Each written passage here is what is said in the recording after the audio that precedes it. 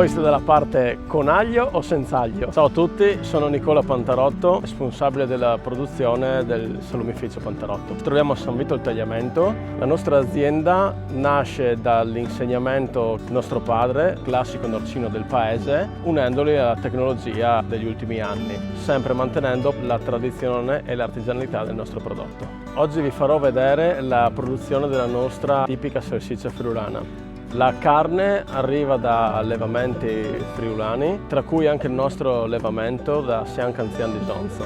I tagli di carne vengono scelti accuratamente prima di venire macinati. Gli ingredienti della salsiccia sono sale, pepe, vino rosso e aglio. Ogni sera noi peliamo l'aglio e lo battiamo in un panno come si faceva una volta prima di andare a metterlo sull'impasto insieme al vino. E poi il pepe maciniamo al momento, cioè noi prendiamo i chicchi e maciniamo al momento prima di metterlo nell'impasto. Una volta miscelata la carne con gli aromi si procede all'insacco. L'insacco viene fatto su budello naturale, proprio come si faceva una volta. La salsiccia è un prodotto fresco e si può consumare 1 o 2 giorni anche dopo la data della produzione, ma anche il giorno stesso previa cottura. Qualsiasi forma lei abbia, la salsiccia è ottima per le vostre grigliate. Ma voi siete dalla parte con aglio o senza aglio? Personalmente un po' di aglio ce lo metto.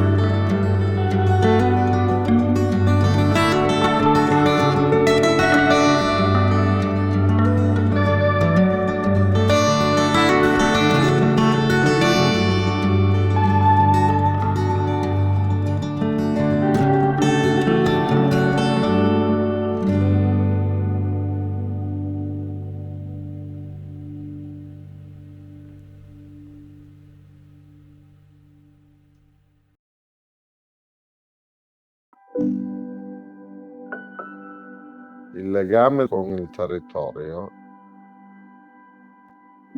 è la chiave di tutto.